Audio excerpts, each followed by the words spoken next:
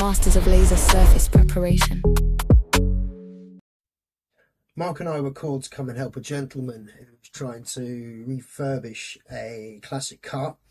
The car in question had been stripped down and the engine bay needed cleaning. Some of the parts within the engine bay were proving quite difficult for him to get into using traditional methods to try and clean. He does have a sandblaster, but one of the things that he did not want to do was to get his sandblaster media all over his workshop. As for this, what it was, he'd be doing longer on the cleanup than he actually would be doing the blasting. Also, it's quite abrasive, and the car being classic is also quite delicate. So please have a look at the clips, see what you think. As always, please like, subscribe, let us know your thoughts, and yeah, share with anyone you think might enjoy it. Take care, guys. Bye. Colt Select. So it's when Mitsubishi. So when Mitsubishi first came to the UK, they branded themselves as Colt. Right.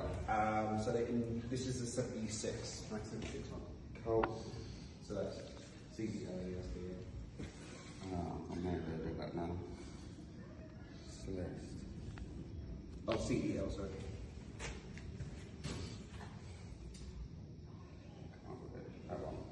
Oh, wow.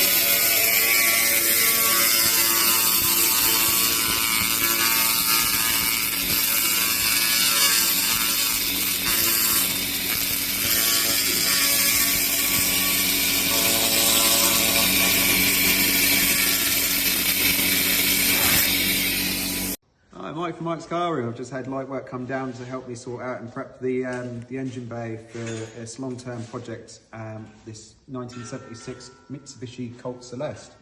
Done a fantastic job of getting all the metal prepped, ready for some epoxy primer to go in, and getting it ready for a full restoration and body-coloured engine bay at some point in the future.